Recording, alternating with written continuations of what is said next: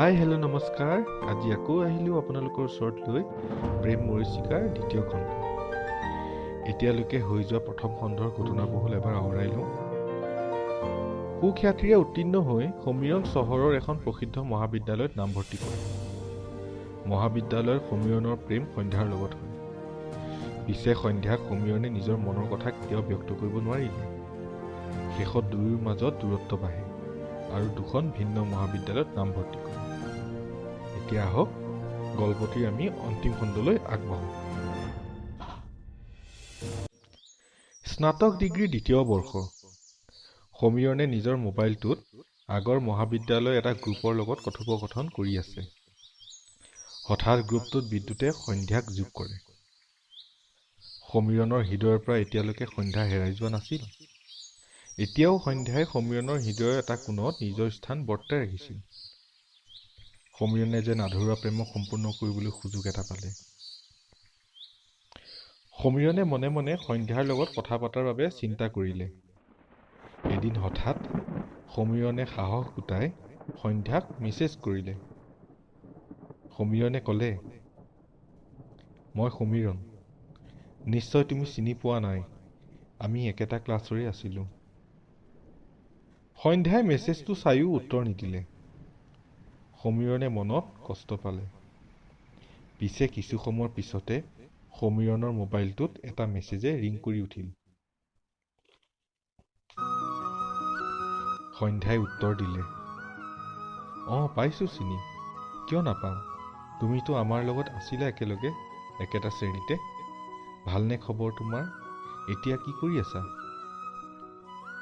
সমীৰণে সন্ধ্যাৰ উত্তৰ শুনি যেন সৰগ ঢুকি পালে। হৃদয়ত মৰহি যোৱা প্ৰেমৰ পুলিটো যেন আকৌ জীপাল হৈ উঠিল। লাহে লাহে সন্ধ্যাৰ লগত সমীৰণৰ কথোপকথন বেছি হ'ব ধৰিলে। এদিন হঠাতে সমীৰণে সুধিয়ে পেলালে, সন্ধ্যা, তুমি এটা কথা গম পাইছিলা নেকি? সন্ধ্যাই সুধিলে, কি কথা? সমীৰণে ক'লে, মোৰ যে তোমাৰ প্ৰতি ভালপোৱা আছিল। মহাবিদ্যালয় নামভৰ্তিৰ দিনাৰ পৰাই আজিলৈকে তুমিয়েই মোৰ প্ৰেম। নামভৰ্তিৰ দিনা তোমাক দেখাৰ পৰাই তোমাৰ প্ৰেমত পৰিছিলোঁ মই। তুমি হয়তো গমেই পোৱা নাছিলা।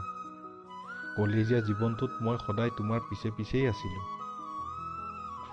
সন্ধ্যাই হাঁহি এটা মাৰি উত্তৰ দিলে, কি কোৱা? মইতো একোৱেই গম পোৱা নাছিলোঁ। মোৰনো ইমান কি দেখি প্ৰেমত পৰিলা? মোকতো এবাৰ ক'ব পাৰিলা হয়। সমীৰণে লাজ কৰি ক'লে, বাদ দিয়া আৰু পুৰণা কথা, এতিয়াতো গম পালা ন? সমীৰণৰ হঠাৎ লাজটোৱে হেঁচা মাৰি ধৰিলে। সন্ধ্যাই তাক এবাৰ লগ কৰাৰ কথা ক'লে। কথামতেই কাম। সমীৰণ ছুটীত আহিল। সি সন্ধ্যাক লগ কৰিব বুলি আহি গুৱাহাটীত উপস্থিত হ'ল। এঘণ্টা হ'ল সমীৰণ ৰৈ থাকিল। এখন উদ্যানৰ সন্মুখত হঠাৎ সন্ধ্যাক সমীৰণে দেখা পালে। তাই যেন সেই কলেজীয়া দিনৰ সন্ধ্যাৰ দৰেই হৈ আছিল। সমীৰণৰ আজি আনন্দৰ সীমা নাই। সন্ধ্যাক লগ পাই সমীৰণৰ কি ক'ম কি নক'ম অৱস্থা হ'ল। দুয়ো লাজে লাজে নিজৰ মনৰ কথা পাতিব আৰম্ভ কৰিলে।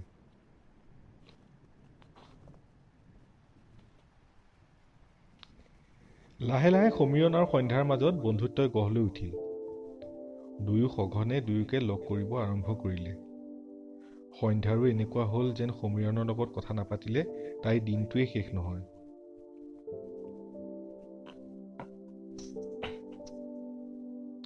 সিহঁতৰ মাজৰ সম্পৰ্কটো যেন বন্ধুত্ব আৰু প্ৰেমৰ ৰেখা দুডালৰ মাজত লুকাই আছিল। এদিন সন্ধ্যাই সমীৰণক ক'লে, সমীৰণ, তুমি ইমান ভাল, তুমি কিয় মোক এবাৰো কলেজৰ দিনত কথা পতা নাছিলা? তেতিয়াই আমি লগ পোৱা হ'লে আমাৰ সম্পৰ্ক আজিতকৈ বেছি ভাল হ'ল হয়।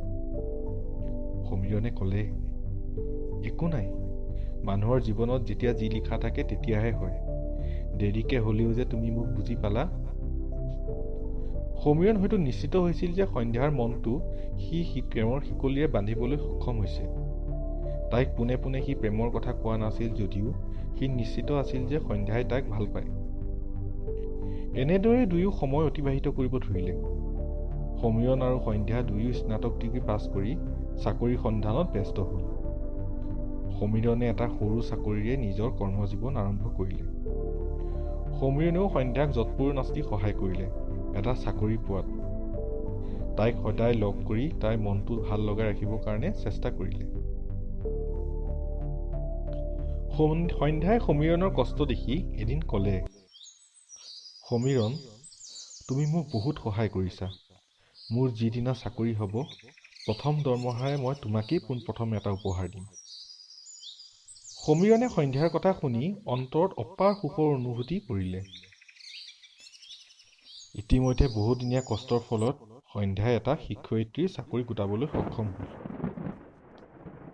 এদিন হঠাৎ সমীৰণক সন্ধ্যাই ফোন কৰিলে, সমীৰণ, তুমি ক'ত আছা? য'তেই আছা এবাৰ সোনকালে আহি মোক লগ ধৰা।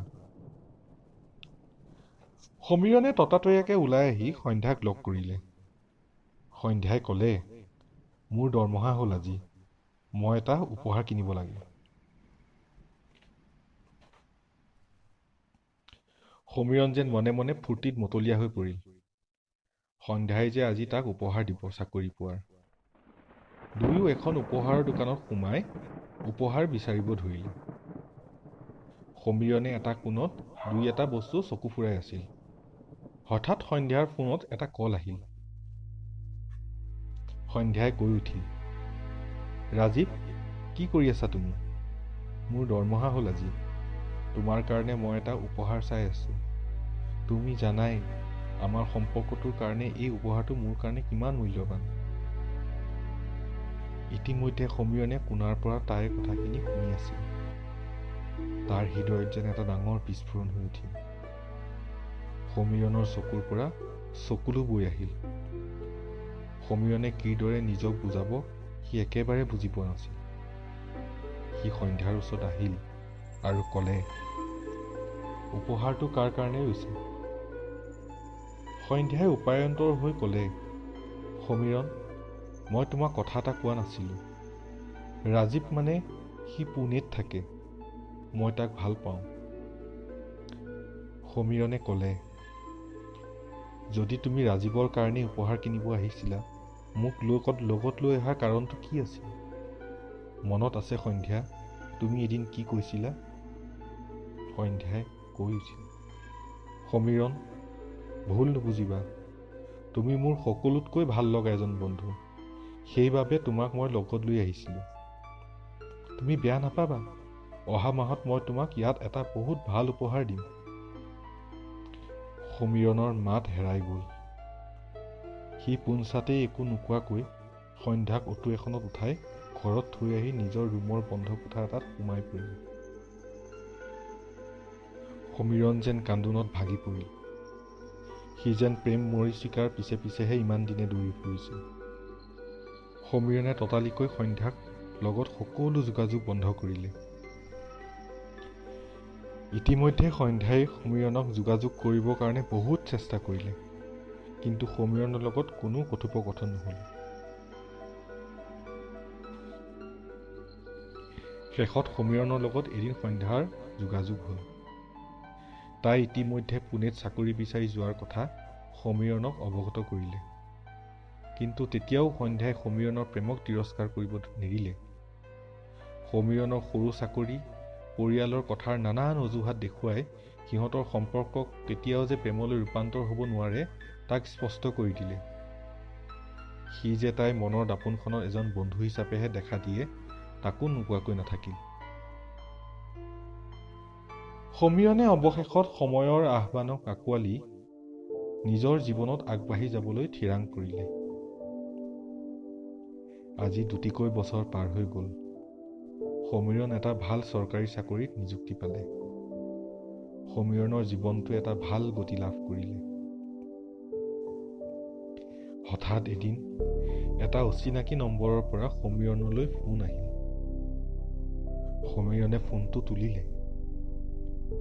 সিটো ফালৰ পৰা কিছু সময় মৌনতাৰ পিছত এটা কান্দোন ভাহি উঠিল সমীৰণৰ কাণত। তুমি সঁচা আছিলা সমীৰণ, তোমাৰ ভালপোৱাহে এটা সঁচা ভালপোৱা আছিল। মই তোমাক বুজি নাপালোঁ। তোমাৰ প্ৰতিটো মৰমৰ ক্ষণ মই বুজি পাইছিলোঁ, কিন্তু এটা লাহ-বিলাসৰ জীৱন পাবৰ কাৰণে মই তোমাক সদায় এৰাই চলিছিলোঁ।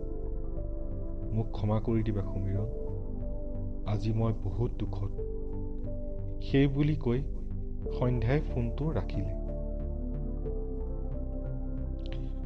সমীৰণে সকলো শুনি এটা হুমুনিয়াহ কাহি মনৰ ভিতৰতে কৈ উঠিল, ক্ষমা কৰি দিবা সন্ধ্যা, কিন্তু আজি যে মোৰ মনৰ দাপোনত তুমি এজনী প্ৰেমিকা হিচাপে দেখা নিদিয়া।